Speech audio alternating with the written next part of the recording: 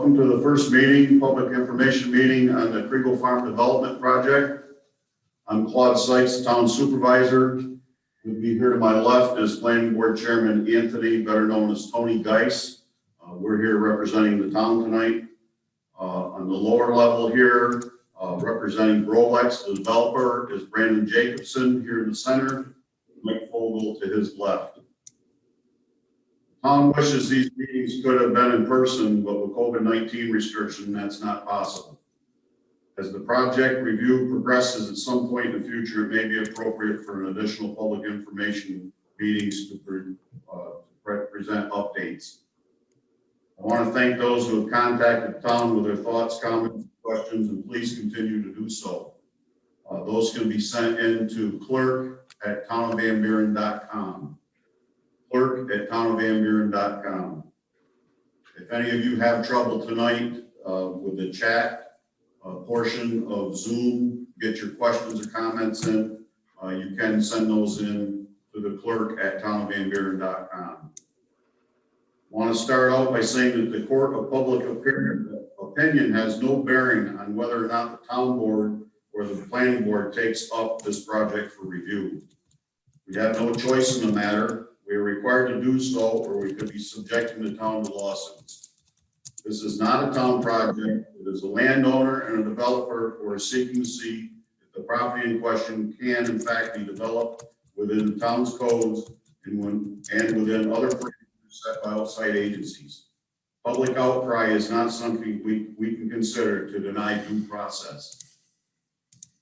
These public information meetings are not the forum to debate the pros and cons of the project, but are meant to inform the public the best we can at this time as to what the proposed project entails and what the vision of the developer is.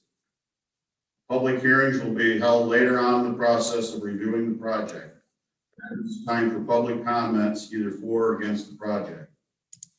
There will likely be many questions that we will not be able to make since it's early on in the process. This project has to go through the full comprehensive and coordinated planning process, and a lot of the answers will come from the federal, state, and local agencies that will be solicited for their input and feedback. This review process can be found on the town's website at townofvanburen.com. We expect the entire process to take several months and could possibly run into 2022. We can cover a few topics that have been raised already by residents' calls and emails. Assessments. This project area would be its own assessment neighborhood and would not impact the Comstock tract or any other property assessments. This is, as proposed, a residential project, not a commercial project. What has been presented to date is a conceptual plan. I'm sure the final plan will look substantially different. The residents probably do not know that the property owners had another offer proposal for their property prior to the current proposed project. That proposal was for the entire property to be developed into apartments. Would have been 199 units. This is quite substantially different from that. Traffic cutting through the Comstock tract has been raised by several people. The proposed road system will link with Hunter Drive on the west end, but will be gated with only fire and emergency vehicles having access when and if needed. That is one thing we can say right now, that will be gated. Sidewalks will be considered under the planning board review process. Sewers for the new development will not include any provision for sewers within the Comstock tract. However, there will likely be some provisions made for future connections down the road for the Comstock tract if that need should ever arise. The historical background of the property will be covered under the planning board review process, and the State Historic Preservation Office, that are known as SHPO, will be solicited for comments, input, and feedback, and ramifications and parameters they feel are necessary. I'm going to read a few other things here that have come in. Sidewalks earlier. I'm not going to read all these emails. I'm just going to hit some highlights of the topics. Questions on architectural diversity. Are there other options besides a PUD? Questions on HOAs, parking spaces, the retention basins, and issue is that to maintain those. Here's the fire barrier there at Hunter Drive. Green space pathways with vegetation, trees, and shrubs. Possible realignment of the southern entrance. The schools, whether the schools can handle the influx. Again, historic and agricultural aspects.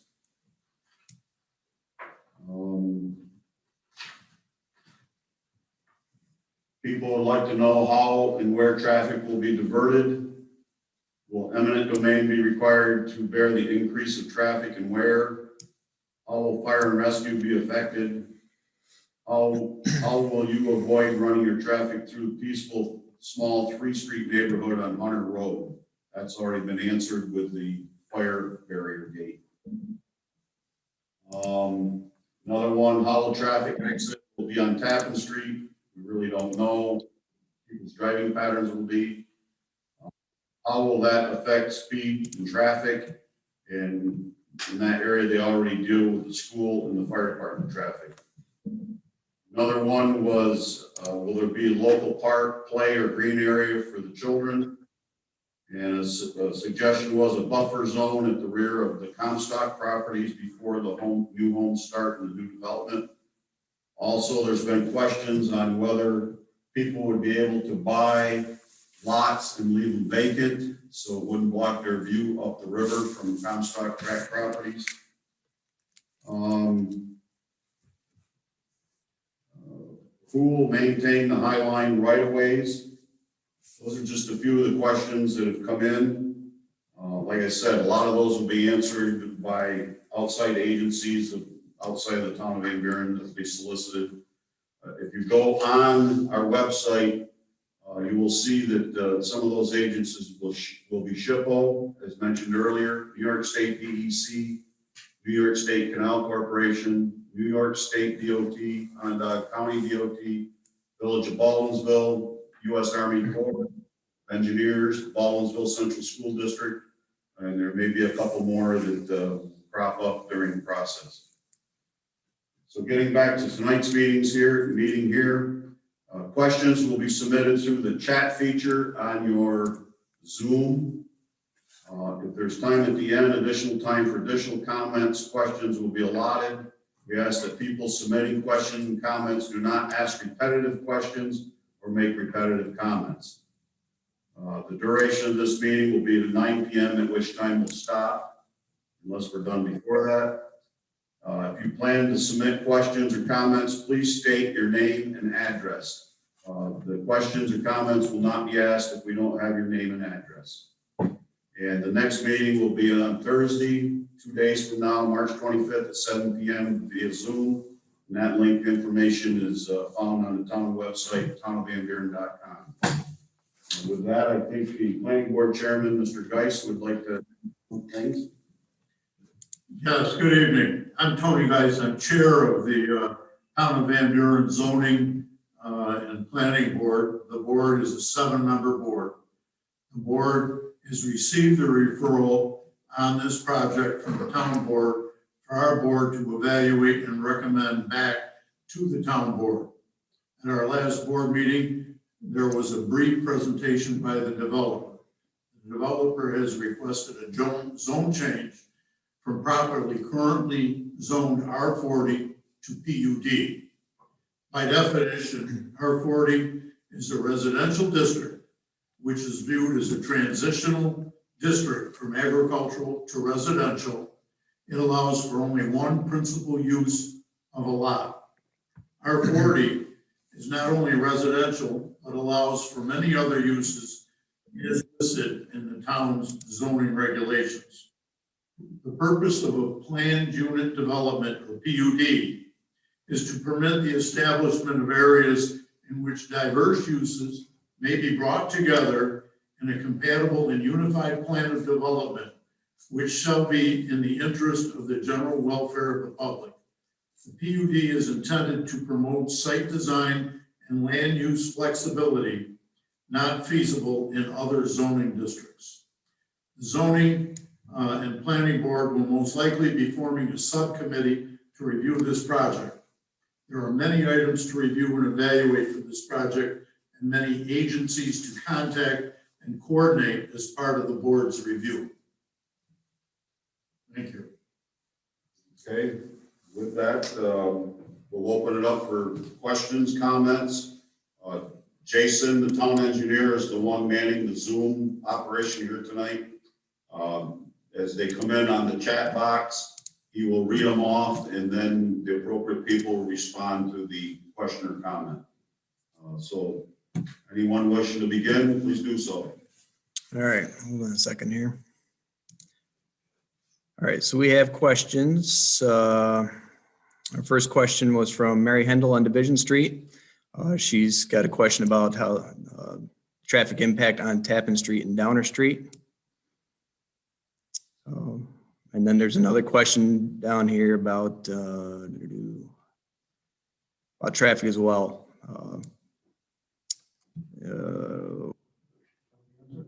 Sure. Brandon Jacobson, Rolex Properties. We've done two separate traffic studies, actually one traffic study with an amendment to it. We've submitted both of those to the town for their review and waiting to hear back from the town and the county. Okay. This question was answered previously, but this person may not have been on. Ellen Roloff from Hunter Drive wants to know if there's going to be access to the development from Hunter Drive. It will only be a fire break for emergency purposes only. It will not be access to the subdivision. Okay, and I got another question here from Andrew Bowes on Hunter Drive. Wants to know if there's been traffic study completed on on Tappan Street, which there have. School bus stops at the end of Comstock overlooking Cook. There are no sidewalks for safety. Again, we addressed that in the opening comments. That'll be part of the planning board review process. Increased traffic poses a risk to the youngest members of our community. I guess that's from Deb Kirkendall, 14 Comstock Road. Again, an extensive traffic study. Usually you don't have two separate ones for one project and other projects that we've done. And we understand not just for the new community, but for the existing patrons who live in the area. We want it to be a safe environment for everybody in the community to live. Because with traffic problems, not going to be good for us. Obviously trying to entice new patrons to live in the area. All right, and Jennifer Kowalski from Overlook isn't happy with how the Traybrook subdivision looks over there. Wants to make sure that sounds like she wants to make sure that the planning process limits what can be built here on the Crego land. I apologize if you don't like aesthetically how the subdivision looks currently. I think that obviously, in the beginning of all construction projects, you have the most change to the land. It was obviously golf course, which was a beautiful piece. I do think if you go over to the facility, even in the last few days, we've done some final grading to the entrance. We construct the berm on the back side, which will obviously that we promised. And you've got some really, interesting and neat residential properties that are being built in the town that I think are a real asset. So obviously, in the beginning it doesn't look great, but maybe after this season, now that we've had a whole year of roads and houses being built, will start to come to maybe a more presentable light that everybody can be excited about. Okay. And we got one comment that you need to talk louder. Okay. I'm going to take your mask off. Mic right over to you. Is that better? Sounds better. All right. Again, I asked people to put their name and address on here. So for our record, for asking questions. There's a question here with no name assigned to it about the results of traffic study being available to the public to review. We do have those traffic studies here at Town Hall. They're in draft. They're in our review now. They'll be they also need to be sent to Onondaga County State DOT for their review. I would just like to add that those are like 690 pages. So it probably would be provided electronically. We're not gonna kill a bunch of trees for this. 690 pages, and if, you know, there's several people that want it, it just makes more sense to do electronically. All right, we got Phil and Jane. I have a question. Can you hear me? Unfortunately, you're supposed to be muted. Yep. Well, unfortunately, I'm muted. Are we having a presentation from the developer tonight? Yep, that's what this is. And, okay, when will that happen? The screen is showing you the map there, and the supervisor went through the overview of the project. That would be correct. And I thought the developer was doing a presentation. We're in the middle of it now. This is hardly a presentation. Okay. Is Brandon there? Yes, I you. am. Okay, sorry. I'm not used to doing Zoom, so I apologize for interrupting. I'm an expert on Zoom as well. We wish it could have been different.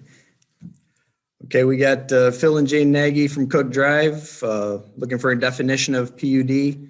And they want to make sure that our definition of PUD, which is a planned unit development per our code, doesn't include commercial. And this project does not propose any commercial development at all. No, there's no commercial proposed. Our reasoning for the PUD is being a rental application in multiple lot sizes throughout the community. One particular zone doesn't cover, so that we can have different size homes in the community. Okay. Michelle Bano from Hunter Drive wanted to know what time of day the traffic study was done. Traffic study was done during the morning and peak traffic hours, and also on Saturday morning, I believe, when traffic is highest. Wendy Christopher of Comstock. What will be done about the Indian Longhouse and other items that were found on that land? We've engaged an agency that does these studies for the SHPO, and we're currently awaiting what SHPO is asking us to do to make sure that, you know, we're doing the proper, I would call it techniques, to make sure that the proper preservation is done. You know, historic items might be on the site.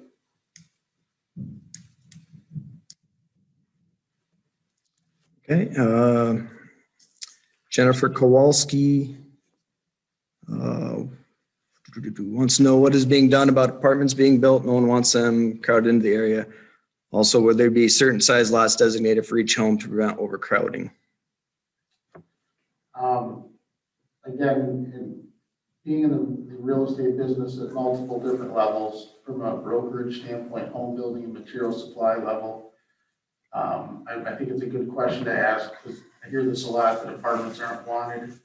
These are market rate apartments. They will be, again, built with amenities. They will have nice finishes. And I actually think, you know, the apartments give the ability for everybody at all different income levels to enjoy to really be able to enjoy the product that we're going to be putting out there, and to enjoy the community of down the street and close to the village of Baldwinsville. Right now, in all of Onondaga County, there's less than a 4% vacancy rate. And with new jobs coming to the area, which is only good for everybody, somewhat of a problem. As I think the public has seen, probably heard, there's not a lot of houses to buy. There's not a lot of places to rent. And so I feel as a developer, it's our job to be able to, you know, give these people an ability to enjoy the community. Okay. I got Mark LaRue from Hunter Drive. Says the property's been zoned agricultural for decades and taxed accordingly. What advantage will changing the zone provide to the residents of Van Buren? Will our taxes be decreased? Well, certainly if this development does get built, it will make a bigger pie, so to speak, for sharing of the taxes in the community. If it doesn't get built, You okay with then our tax base doesn't expand. It's that simple. All right. Some more comments about not being able to hear, so that's.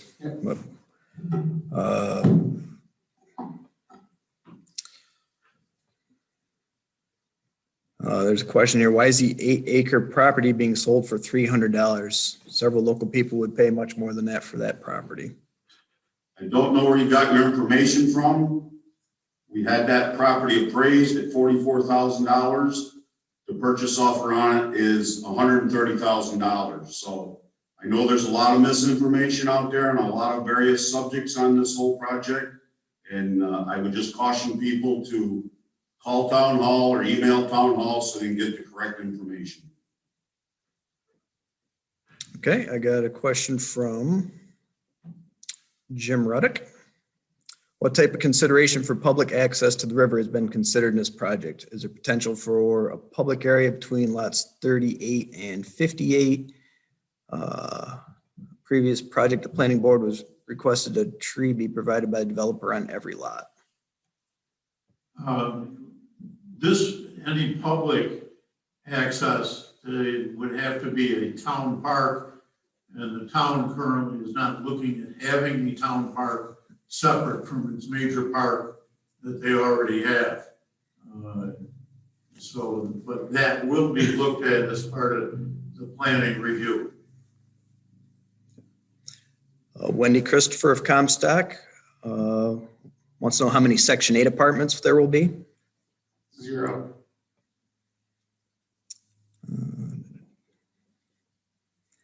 Has the developer considered retention tanks instead of detention basins, which will attract mosquitoes and other undesirable insects?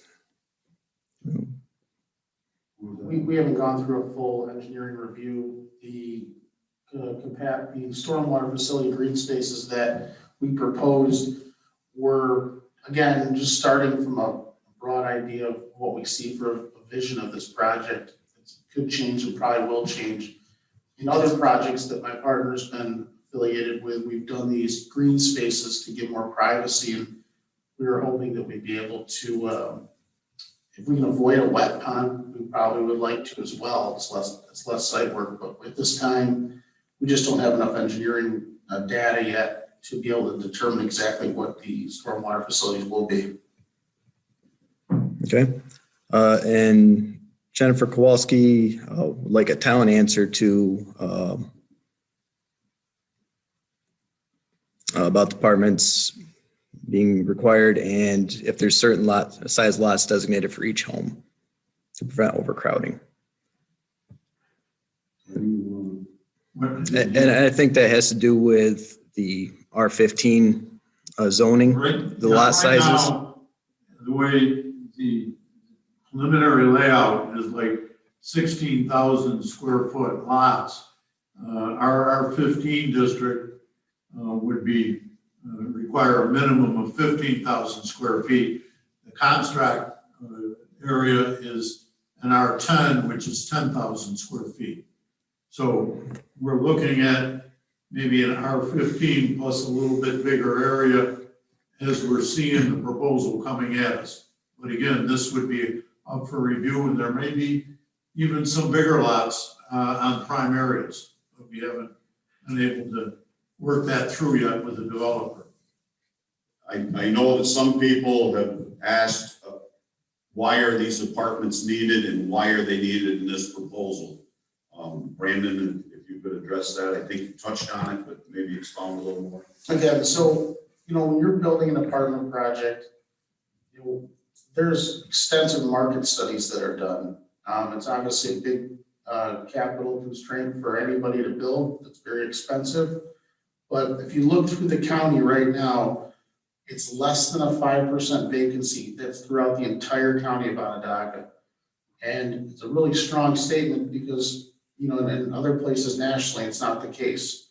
We've got major employers coming to the area. We have major employers here now that are currently hiring at a fast pace. And us as a county and as a town want to entice these people to come live in our area. Again, it's a great tax basis for the town, as Tony and Claude have talked about. But the reason why we feel it's necessary is because there's a section of land on the property that we felt would be best used for multifamily opposed to single family residence. And so you put those together, that's why we feel it's a good project. Again, we did a third-party study to make sure that what we're proposing is sustainable. You don't want to spend a lot of money on something that's not rentable. Okay.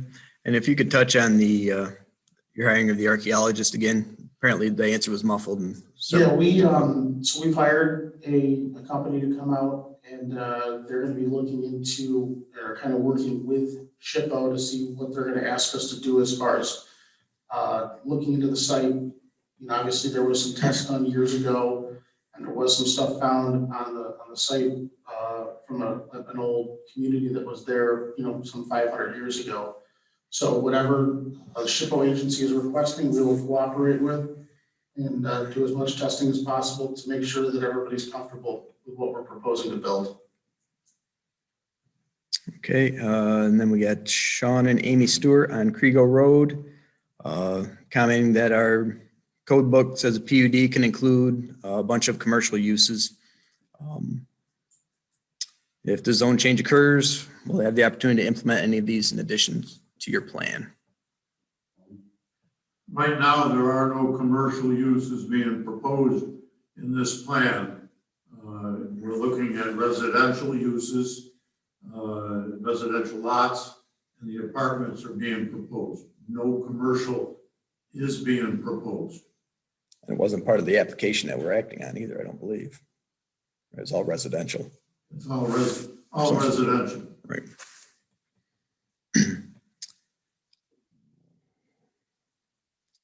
Wendy Christopher wants to know if it'll be in writing that there won't be any Section 8 apartments. The town planning board's not gonna allow it, and you can't build them unless the town planning board allows it. So, I mean, the final plat, once that's approved, that's what they have to build at that point. So, I guess you can say that would be in writing once the final plat is filed. Okay. Phil and Jane Nagy, for you, Supervisor. You touched on law enforcement coverage early on. Can you repeat that? It's outside the village, presumably, or will this be covered by Onondaga County Sheriff? Be covered by the state police or Onondaga County Sheriff, just like any other area in the town. All right, and Thomas Bano of Hunter Drive. What is the minimum distance a residential lot can be established from the high tension lines running through the Crego farm? That is something we'll be working with National Grid on what their requirements are there. We have not made that contact as yet, but that is one of the, they're not a agency that's as involved agency, but they are an agency that we need, or a company that we need to go to understand the restrictions on the high power line and the gas line that runs through the property. Okay. John Osinski from Cook Drive wants to know what engineering firm you are hiring, and specifically in regards to erosion control and stormwater pollution prevention plan. The engineer's name is Edward Reed, and it's leaving me right now what firm he works for. It's the same firm that did Treebrook subdivision. Get that information, I apologize. GBH. It's three initials, GBH. GZA. GZA, there you GZA, go. yeah, sorry. GZA. And Edward Reed is the actual engineer personally.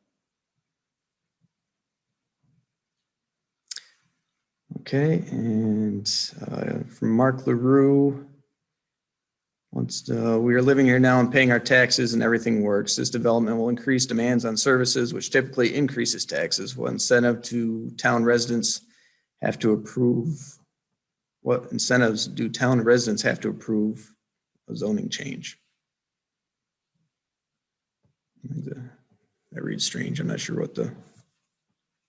Well, And they may have like to. I said earlier, if this gets built, there will be a larger tax base to help share in those services. Obviously, for the first 10 to 15 years, there's very little expended for a new development. Thereafter, the roads start, there may be a little bit of sewer work, which, by the way, we just turned all the sewers over to Onondaga County, so they would be responsible for sewer. Water is handled by the water authority, so the only thing the town would be responsible for in that particular development would be the road system. And probably with new roads, we'd be looking at least 10, 12 years before anything would need to be done. Okay, I got Hilty from Cook Drive, wants to know how many units for each apartment building? We're proposing 36 units, 3-story apartment buildings with elevators. Okay, this question wants to know if, and this goes back to your introduction, Claude, that the Baldwinsville Central School District will be included in our review process. That's correct. District has a size cap, and I can imagine would need to be redistrict students once enrollment is at that cap. But they'll be reached out to.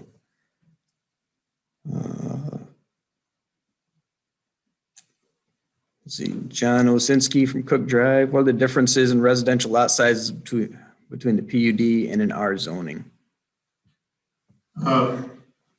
With a PUD, we can adjust the lot size as we look at the whole development. I think as the planning has been done in the town, we're not looking at doing any lot sizes less than similar lots to R15. They could be larger, their setbacks and other things could be set or will be set in the PUD. And they could be, one way of doing it is set it as the R15 district with the same setbacks and coverages. I want to say that the exact setbacks and the definition of a PUD that was asked earlier is in the town zoning regulations, which is chapter 200 in the town code. You can get the exact definitions and look at the dimensions of the various districts, and further discussion of PUD is also included in there. Okay, Jim Celesto from Comstock. How will the cell tower be accessed, and also what happens to the road to the storage facility? Currently, as I see the development, the road to the storage is not included as part of the development, but that will probably be a questions raised in the review. Is that available or not? Right now, the access to the cell tower is through the Crego property. And as I understand it, there's even a right-of-way off Crego Road for that cell tower. But how that evolves and what's the final planning, that's all part of what will be developed as we review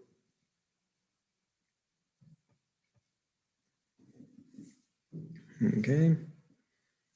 Again, I ask everybody to put your name and address in here for the questions for our record. Sean and Amy Stewart.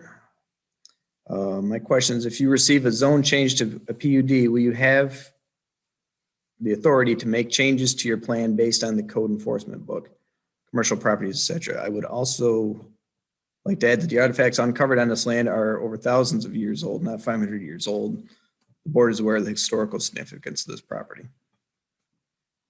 Again, once the final plat is filed, if it shows no commercial, then there would be no commercial. Okay, I got Ted Fundelinski from Hunter Drive. What type of consideration has been made by the developer to place a sidewalk on the north side of Tappan Street from development to the village to Ford Street? And is there a need to place a right-hand turn lane on Crego Road next to Walgreens? I'll handle the turning lane. The traffic study that the developer had conducted does propose or says that a right turn lane at Walgreens onto Downer Street is necessary for the traffic from the subdivision. And then the sidewalk question was answered earlier. That's going to come out in the planning process. If we will be looking at sidewalks for this project on the development site. As they extend into other areas, that would be up to the town to consider what they want to do within the town for sidewalk area. But again, we'll be looking at sidewalks on the development site. Okay. Mary Davis from Crego Road has concerns that if the zone change to PUD will allow for future commercial development. I think we've answered that several times, that there's no commercial aspect to this project. No commercial, and as the supervisor has said, once you finish it and approve the PUD, it is the plan. Nothing can be added without, can they ever come back and apply for something else? It would have to go through a whole review process again, similar to what we're talking about coming up for this. It'd be another zone change to allow commercial. It'll be a zone change, another zone change would have to happen. The zone change that we're talking here would be set, and we get a final preliminary plot and final plot, what was going to be included in this development. Curtis York, Hunter Drive, wants to know if new development will have access to the river. Property goes right to the river, so I assume so. Yeah, there's, I believe over 15 plots of land that will have direct access to the river. That's all we have planned at this very time. Wendy Vanderwater, Main Road. Would the developer consider increasing the lot sizes from the typical R15 using the PUD to possibly lot sizes of R40 to reduce the smaller lots? I think actually, and I know it's probably hard to tell, but if you look at these to scale, part of what we are proposing, because of the demand that we've had in the other subdivision, is having sections with bigger lots and having more variety. On the Traeger community, the biggest lots I had were about 100 by 200 to 100 by, so you call it 220. And there has been a lot of demand for bigger pieces of land. We will look at multiple lot sizes, and that's why I think the PUD is so valuable for us is, there's this being a unique property, having water views, and trying to be able to fit a wider price point so that, we can try to kind of appeal to the widest range of customers possible. So yes, we will look at that. We're planning on doing some bigger lots. Okay. Hilty from Cook Drive wants to know if eminent domain to be required to widen Downer Street. There's no proposal to widen Downer Street. Downer Street is a county road. We were told when we put sidewalks up through there, 4 years ago, the county was planning to widen Downer Street and had turn lanes in that general area anyway. So if there was anything on widening Downer, that would be up to the county. Okay. And then Curtis York from Hunter Drive wants to know when the final plan will be available for review. We're going to start review and set up our procedures, and the committee that's going to be looking at that, subcommittee to the planning in our April meeting. When the final plan will be done, I think this Colorado unit is going to be several, I even use the word many months, or maybe the end of the year before a final plan will be done. Okay. Jen Kowalski, the town board is in agreement with turning Beeville into a Liverpool or a mini city because of the tax revenue. We're losing our small town charm. From that, we will lose what makes so many people want to live here. This isn't the forum for that type of comment. And that is the last I have right now. So if anybody wants to add more questions, please do so. Munger from Hunter Drive wants to know when the public hearings will be. We have not set a public hearing for this. We have got to gather information. There will be a public hearing in the planning. The planning board will be holding a public hearing as we start looking at the seeker process and contacting and getting responses from involved agencies on this project. Once we have that information together, then we can decide on a date for a public hearing. Okay. Again, likely to be months down the road. Amy Van Wee from Tappan Street wants to know what protections will be in place for the town if the developers walk away from the project or fail any aspect of the project. We typically take performance bonds until each section is completed and the roads and the sewers and everything are done according to town standards and the engineer's approval. That's all part of the process and paperwork that our attorneys make sure is in order. We do keep performance bonds and securities to cover all that.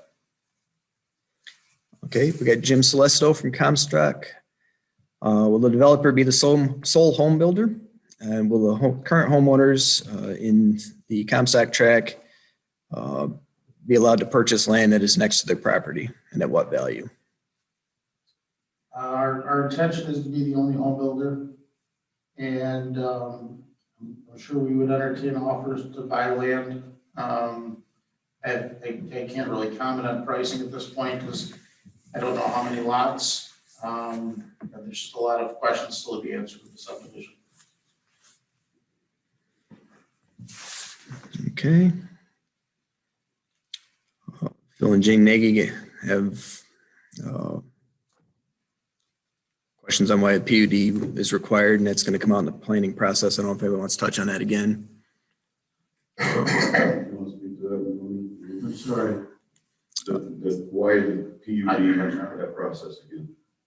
It's a PUD so that if there's a mixed use on the property, you need to look at our residential districts are very specific on what they allow.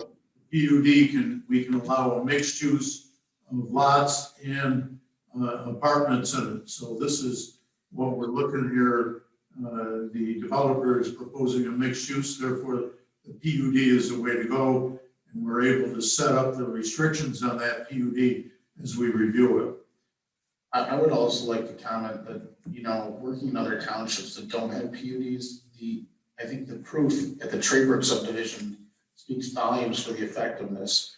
You've got, $700,000 range of houses that are being built over there that, patrons from the town or from other towns that want to live here can enjoy the community at all different price points. And I think that's the advantage of the PUD, because you can have different lot sizes and different products to build in there so that a wider range of people can enjoy the area. Okay. Curtis York from Hunter Drive wants to know who will own and operate the apartments after they're completed. We will be the owner and operator. Okay, and this is from Deb Kirkendall. Is there a plan for a natural berm between the new development and the existing development? We currently reside in a very quiet neighborhood, and the addition of 120 homes and apartments will certainly add to the noise of the area. We have no intentions of doing a berm. Again, I think as planning board chair Geis touched on, these lots are actually bigger than the lots that are currently built in that area and are deeper and wider. And as I'm looking at the plan, there's only I think there's 13 lots that back up to the current subdivision. And the apartments, some of them back up closer to where the highway is and on more of a secluded area that's away from, I would call it, the existing residential communities and closer to the commercial applications. Okay. Audrey Jones from Overlook wants to know the reasoning that we're going to allow the fire and police to access from Hunter Drive to this proposed subdivision. Why we're gonna allow that? Yep. Well, it's obvious they're gonna need, possibly more than one entry point to fight a fire if it's, say, in the middle of a block. They may need two points of ingress to be able to do that. And that is certainly one thing the fire department always asks the planning board to ensure is part of any development review.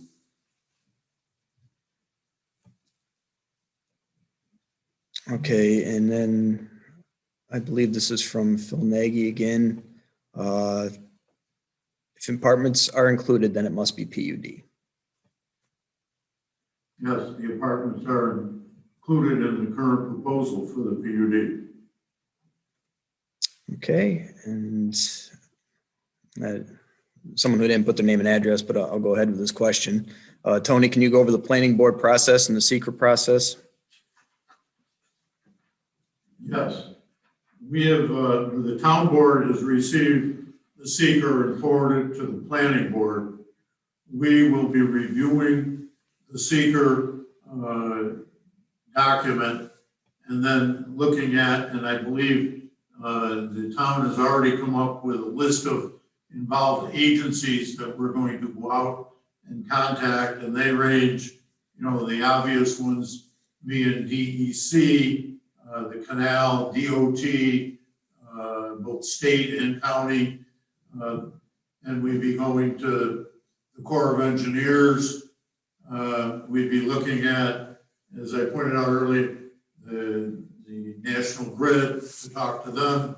There's restrictions on the area, the school district, of course, SHPO, which was already discussed several times, which is the state historical preservation. We'll be looking to them. We need a lot of input to start to do our review for the seeker on this process. This is what is going to take time to get through, as well as we're going through the development layout, which we'll be looking at, the lot sizes, the lot layout, the road layout, what's feasible, and and develop in the development. So it's a very long, involved process, and actually, we're going to do a public hearing as the planning board. This, however, is a zone change to the town board, and they will be doing a public hearing for this the zone change at their level once we give our input to them. In addition, the Water Authority will be consulted, as well as the Water Environment Protection Agency for the county on the sewers. And the Village of Baldwinsville, of course, will be involved as well as an interested party. Okay. Mary Davis from Crego Road, her question got cut off. I'm not exactly sure what she's looking for. Wants to know if there's any research done to investigate other agricultural possibilities. At this time, they're looking at residential for the property is the proposal that's coming before us. Amy Van Wee from Tappan Street.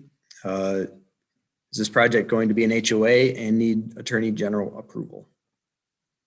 It will be a CPS 7, which is a de minimis HOA.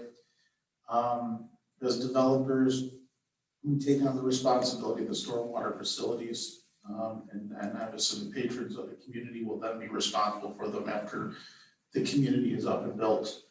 So we'll have an HOA. It will be a de minimis HOA, which will only have some deed restriction, and will really be there strictly for the stormwater facilities. Okay. I got chastised a little here. I didn't read this entire question earlier. Audrey Jones from Overlook Drive. What is the reasoning behind access for fire and police department onto Hunter Drive when there are two other access points onto the main roads? Again, as part of the planning review, we go out to the fire department and we look to them for their requirements. They have asked for access, multiple access.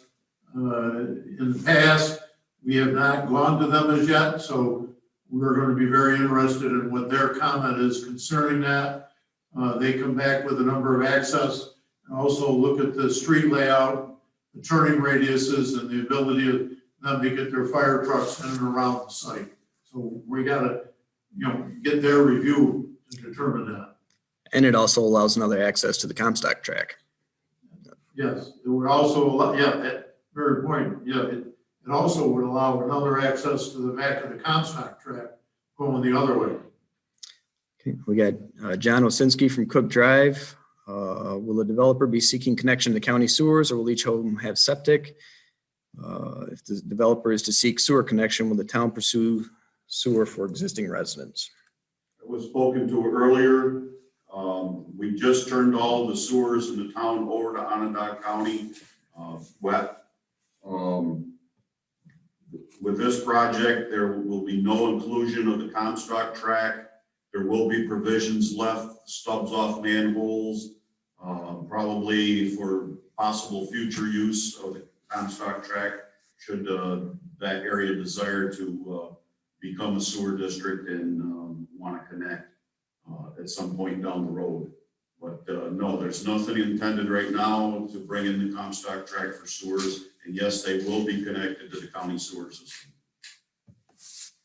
Okay, Tom Shaw from Crego Road. There's a petition with approximately 2,000 signatures against a zone change for this property. Does that have any weight with the town board, or the concerns unimportant to the town of Van Buren development? Well, I haven't seen anything. All I know is that there's one going on. I've been told there's 2,000 signatures on it. I have not seen it in totality. I get notices that somebody signed and would I join in. So I know it's an ongoing. Yes, I'm sure the town board will look at it. However, it's my understanding that other people have told me that people anywhere in the world can sign this petition. So if that's the case, certainly we would discount that input and look solely at people in the town of Van Buren, and probably it would also take into consideration people in the village of Baldwinsville. Okay, there was another question about the sewers, the connection to Comstock.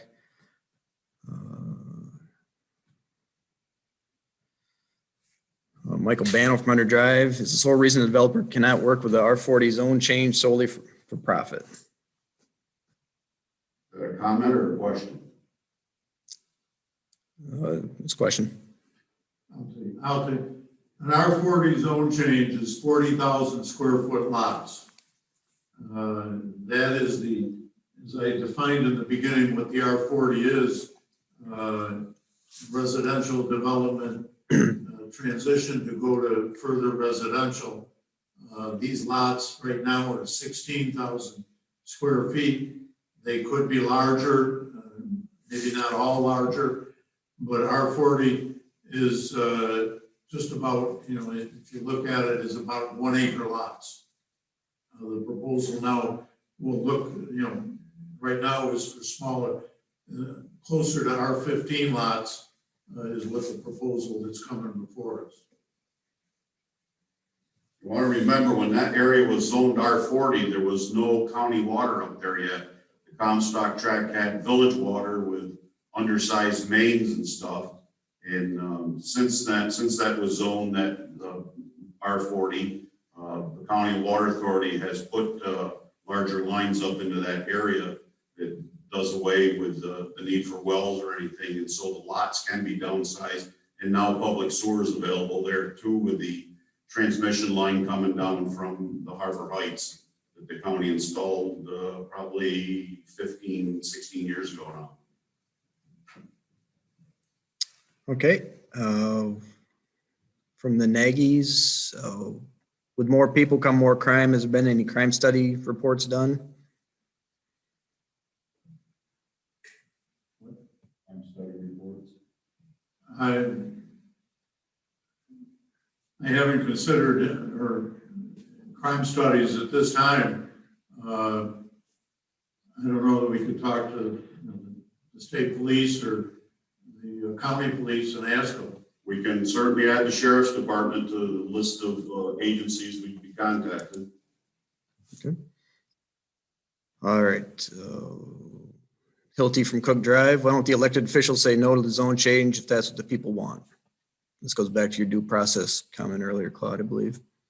Yes, we cannot deny due process on this. We are required by state law to hear out this developer and this landowner to see if it can be developed within the rules and regulations of the town and the other outside agencies, any parameters they may place on the developer. So we cannot deny that due process.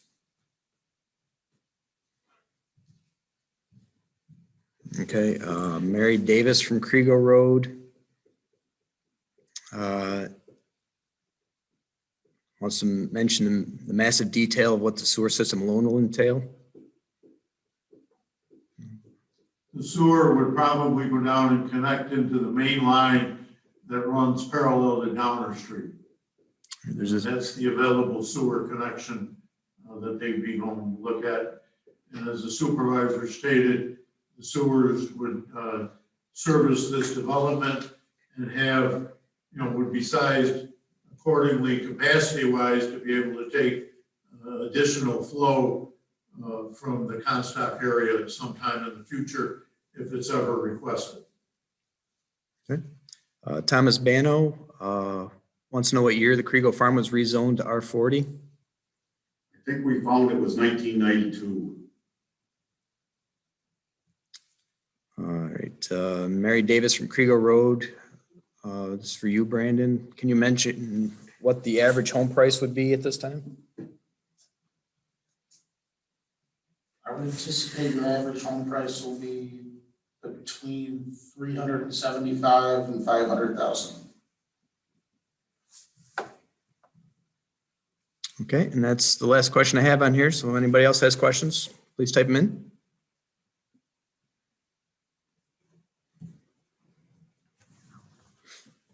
One thing I might add, that as part of a development project, you form town districts to handle the water, sewer, electric, and drainage. And the drainage is very important here, that those facilities would be a district which would just be this town, this development. The charges to that wouldn't go beyond this development.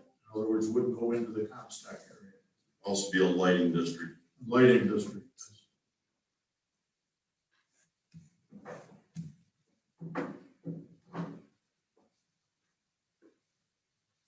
Okay, I don't have any additional comments yet.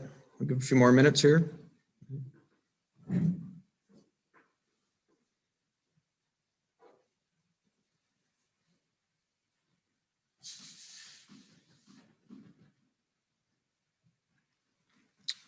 Hilty from Cook Drive wants to know if there's going to be a face-to-face meeting so that they can be heard. And this goes back to, we'll be holding public hearings along the way so people can give their input, opposition or support of this project. Well, it all depends on what COVID does and what the governor releases and allows us to do. So that, kind of still dependent on COVID. We would love to have this done face to face, but obviously we can't at this point in time. Right. And we have close to over 50 people on this meeting, so we don't have the capacity for that with the restrictions. Mary Davis, is the sale of this property contingent upon the zone change from R40 to PUD, or is the property already sold? Property is contingent upon approvals. Amy Van Wee, how will increased traffic flow on Tappan and Downer be handled? Increased stop signs? We've given the town copies of both traffic reports, and I think they are able to be reviewed by the public at their request. Anything that would occur in the village would have to be handled by the village of Baldwinsville. My guess is that they probably would not be putting stop signs on Tappan Street. What I have read of the traffic study addendum that focused on Tappan Street was that the belief is that most of the traffic will exit the new development and will go down to Walgreens and turn right and go out to Route 690.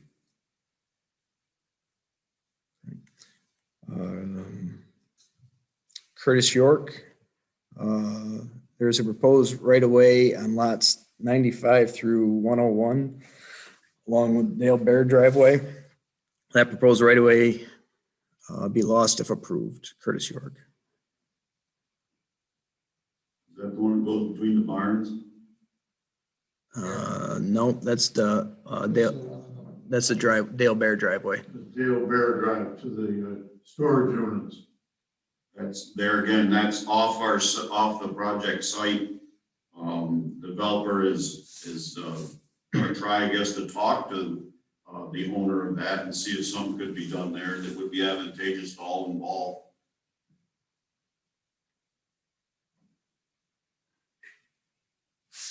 Okay. That was the last question again.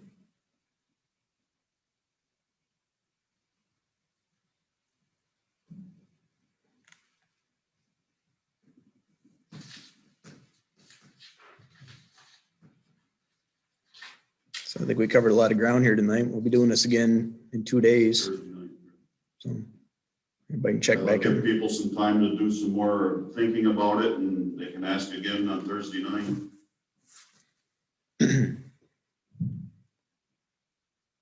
Okay. Your question just came in. Oh, 2 questions. Would there be a recorded copy of comments from tonight? The plan is to record it. It'll be on our website. Don't know if it'll be up tomorrow, but probably before the end of the week. And we're going to turn a copy of it over to PAC-B, so it'll be aired on whatever PAC-B channel you utilize. Okay. If there are only 2 access to the development, do they think that is way under, and the Comstock track has 3 access points?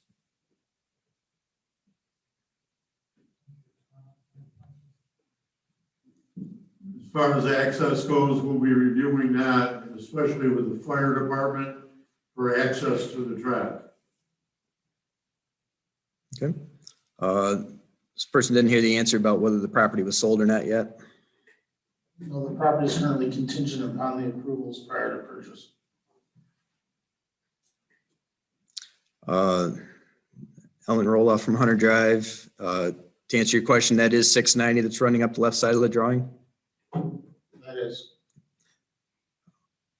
Mary Davis, I believe, was on Crego. Can you mention again the name of the company that has been hired to investigate the archaeological site?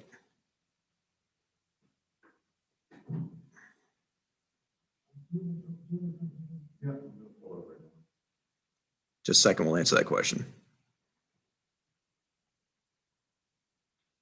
Alliance Archaeology Services. Alliance Archaeology Services, Inc.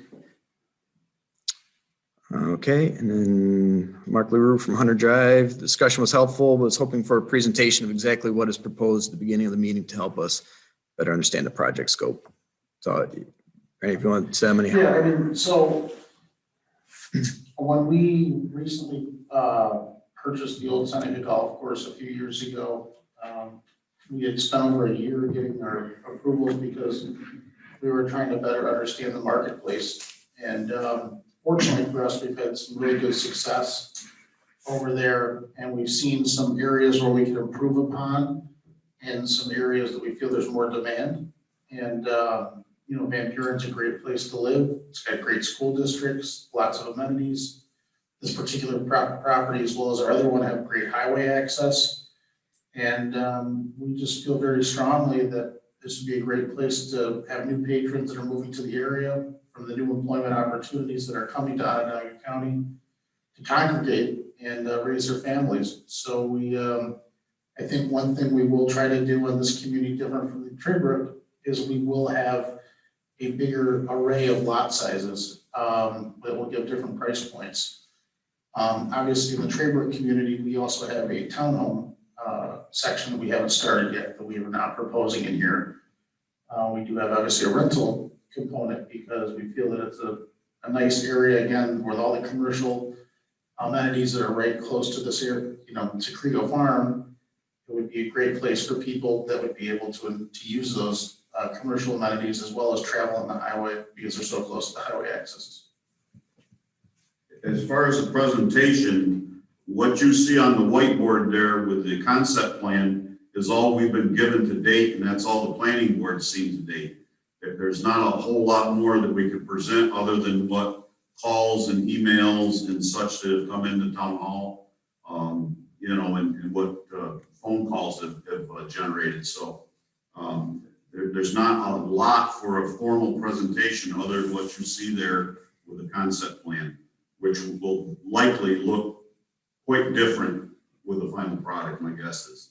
And I'd also like to state that, from a residential standpoint or single family communities, there's obviously not a lot that can be given that's different than call it a lot layout. But from the multifamily, we'll be happy to provide renderings, color samples, and other projects that we've worked on in the past to show what we're thinking as far as, for the apartment buildings and some of the amenities that the apartment people or patrons that are living there will be able to utilize. So I'm sure the planning board will request some of these items as we get farther down the road. I got Wendy Christopher from Comstock. Right now, my abstract shows I have rights to the water. Does that mean I will lose those rights? It's my understanding that the Comstock tract has rights to a dock area off Hunter Drive. This project would have no impact on that whatsoever. Okay. And Phil Nagy from Cook Drive wants to know if the developer is paying for the archaeological review, and he is. It's part of the development.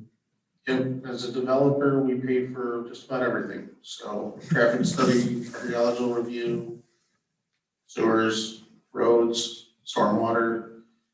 We spend a lot of money to make these communities come to life. And again, as a developer, we're taking on a lot of the responsibility that towns used to take on when it comes to the storm facilities. So I think patrons of the area would be good to know that there's a lot that goes into these communities, not just thought, but time, effort, and money. Okay. And that's the last question I have. Oh, there's one more. Wendy Christopher on Comstock. The area described in my abstract is in what is the cornfield right now? That might all been cornfield back then. I don't know what document she's looking at, but this development will not impact. I believe I know about where that dock area is. This will have no impact on that area. She says it's not off Hunter. I don't know. Without seeing it, I don't. If she would like to bring that document in, the town engineer, Jason, that's running the Zoom meeting here tonight, he can probably give you some idea after review as to where that lies for you. Okay, and then Mary Davis from Crego Road. Have the effects on the Seneca River and the Erie Canal system been considered? Again, those will be agencies that will be contacted, the Canal Corporation, Army Corps of Engineers. They will look at any drainage plans that will drain to the river. Canal Corporation will look at everything. They're one of the agencies that we'll be reaching out to.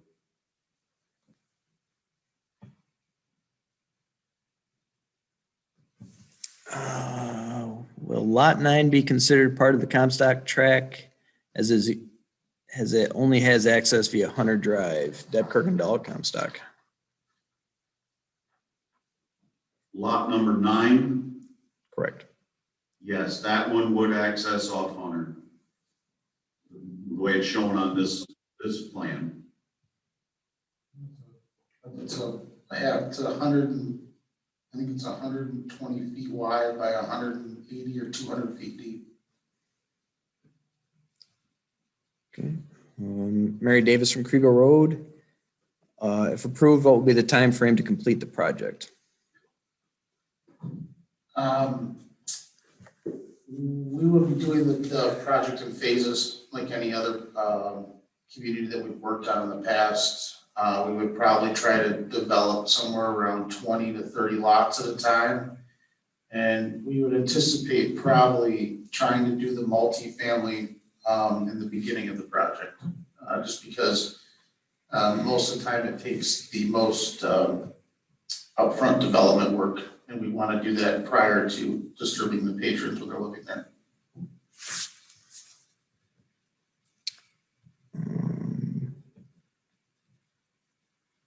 Is it possible for a ramp from this development to alleviate local road traffic? I assume that means to 690. Being that's a controlled access road, they will not allow any more off it.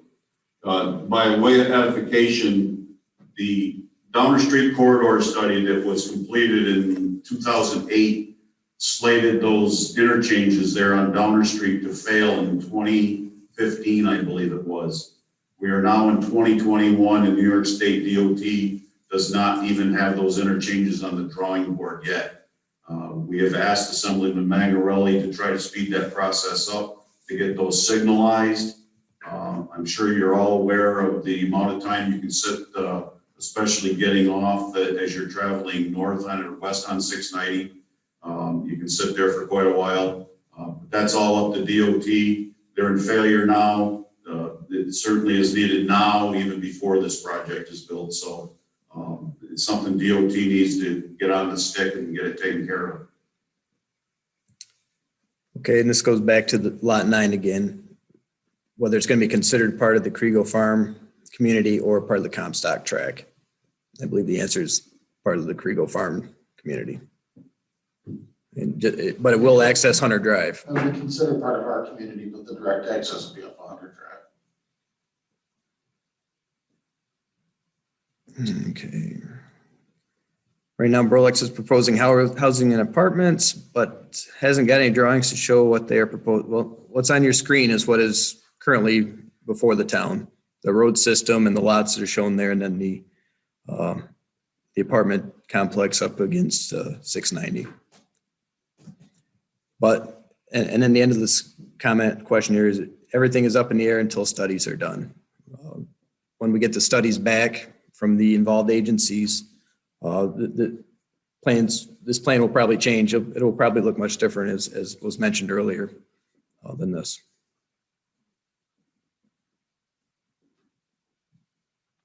Okay, and that's my last question.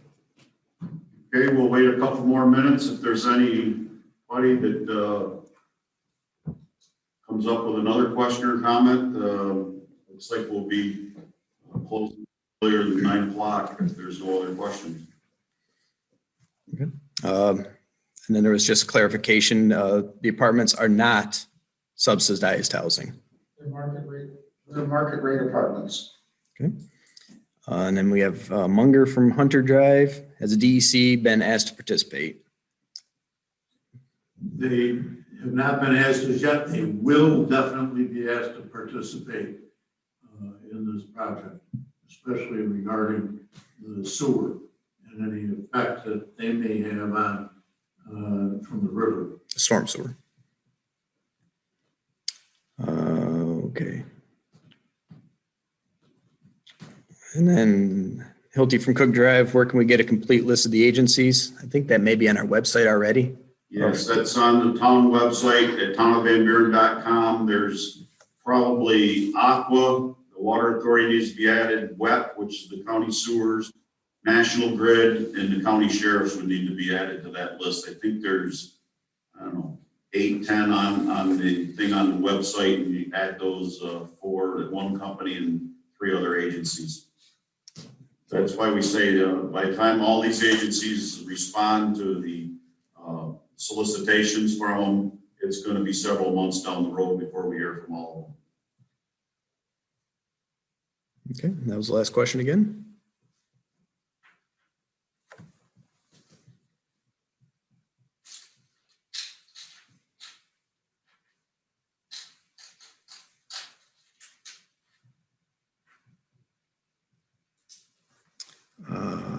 Let's see. got a couple more in here. Amy Van Wee, if the lot size increased to 20,000 square feet, or R20, would the project not be wanted by the developer? I don't think it's really relevant because we wouldn't be able to do our apartments, and that's why we need a PUD. But there'll be lots that are much bigger than 20,000 square feet too. There's already one proposed bigger than that on the proposed map. All right. Wendy Christopher isn't happy with the presentation, but there's no question there. Munger from Hunter, what is the highest size fence allowed currently in the town? Fence Density? Fence height. Fence, the fence allowed is 6 foot on the residential, and it's 6 foot from the building line at the road back into the backyard. It is 3.5 foot in the front yard from the building line out to the edge of the property. These lots along the river, they have 2 front yards, so to speak. So that throws a little bit of different wrinkle into it as to what height you can have where if you're along the river. You know, there's restrictions when you have property along the river, and that's defined in the town code, what those restrictions are, and it has to do with view.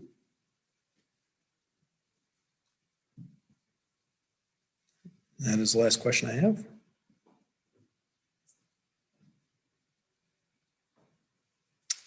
Other than, there's wondering about a 3D presentation of the site. And that's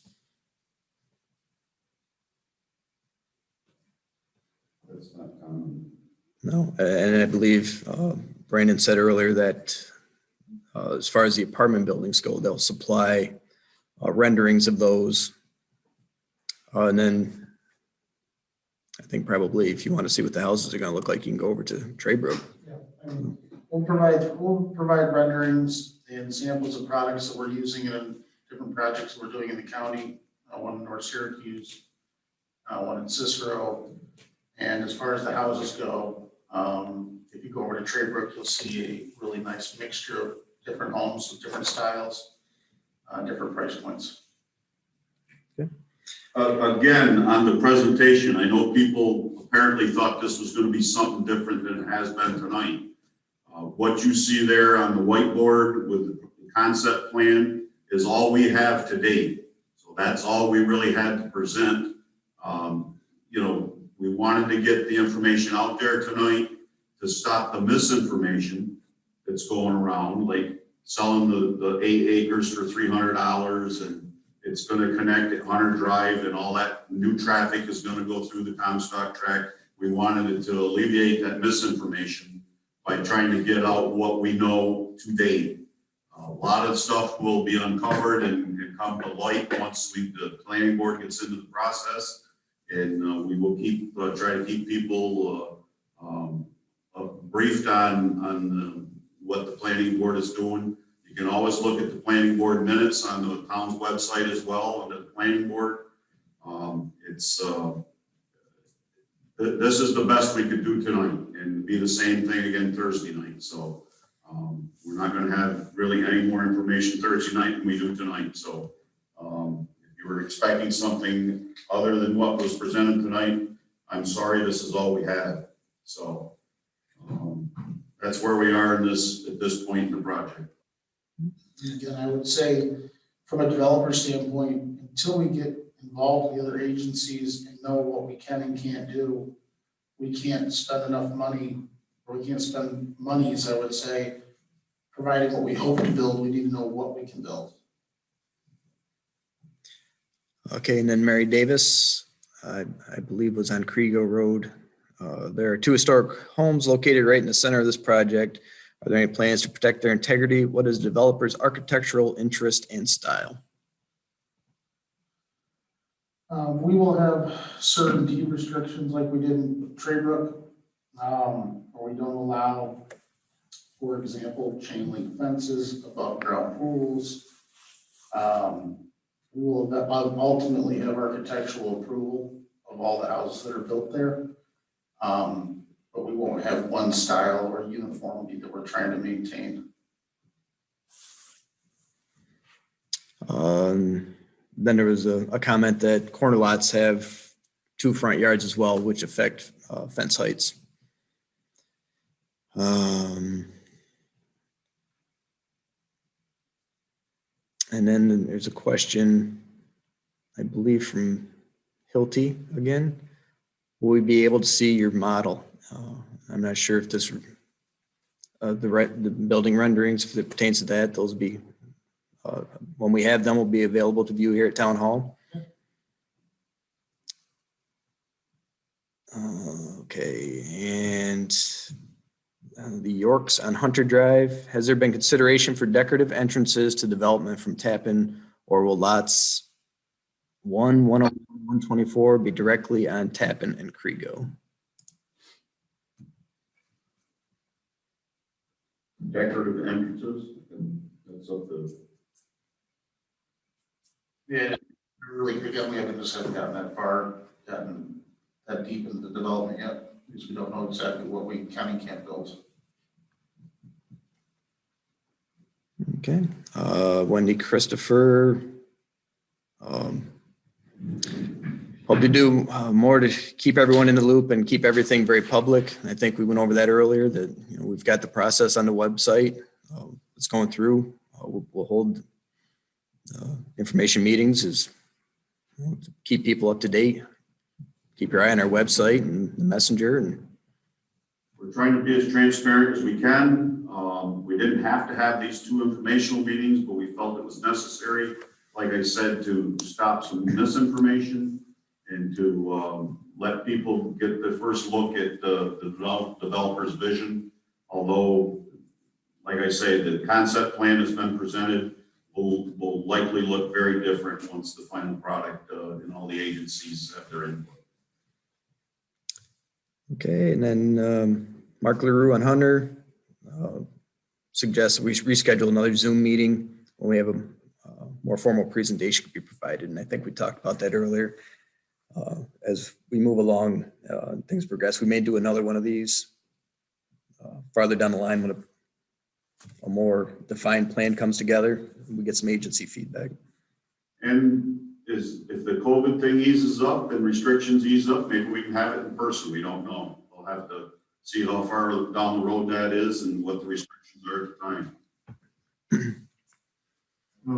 One thing, the question was asked on access on the Tappan and Crego, those lots. There will be no driveways from this development on the Tappan or Crego, only town roads. And I would guess that comment has to do is if there's a decorative entrance, like a median or something, that they'll have restricted. That would be. They'd have restricted flow going one way or the other, No. those corner lots. We'd have to look at that. There probably will be a sign delineating the development similar to others, but that's not a major criteria. We're looking at, standard town right of way for town roads, which is 60 foot wide. Okay, and that's all I have so far. Okay, it sounds like it's winding down. If you got any last minute questions, we'll go to 8:30 then. We'll call it a night and pick it up again Thursday night for any new questions anyone may have.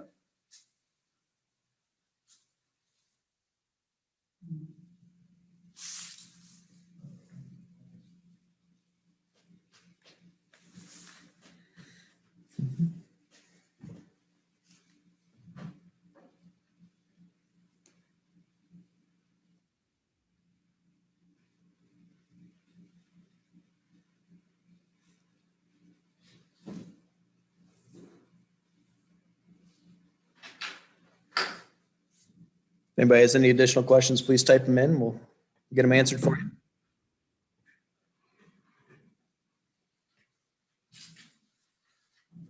You're gonna do Mike Thursday night?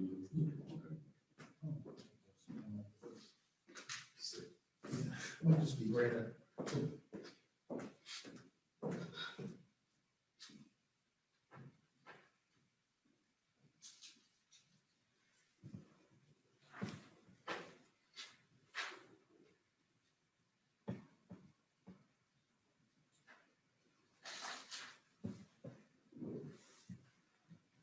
Okay, we got one here.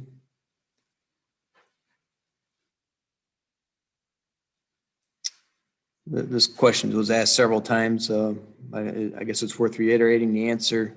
Is whether there's a way of keeping traffic off of Hunter Drive. There will be a gate at the end of Hunter Drive where the hammerhead is now, where the snowplows turn around. That would be only for emergency vehicle access. They'll have the keys to that so they can come in to the Crego Farm community or into the Hunter Drive community to battle mid-block fires or emergencies. Just another point of access for emergency vehicles.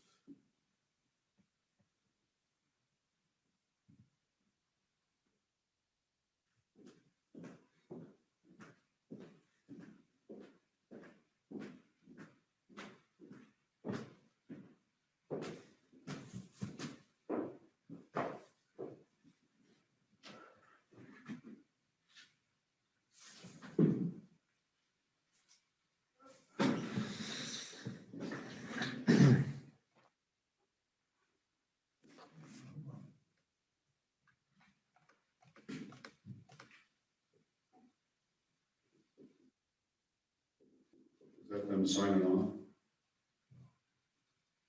Okay, it sounds like a lot of people are signing off now, so we're gonna wind this thing down. We thank you for your participation tonight, and we'll be doing this again Thursday at 7 p.m. Think about some more questions and hopefully be able to answer them. But a lot of them still won't be able to be answered until we get agency input back from all the agencies. But we can at least give you where we are right now at this point in time. We thank you for zooming in, and we'll talk to you Thursday night. Good night.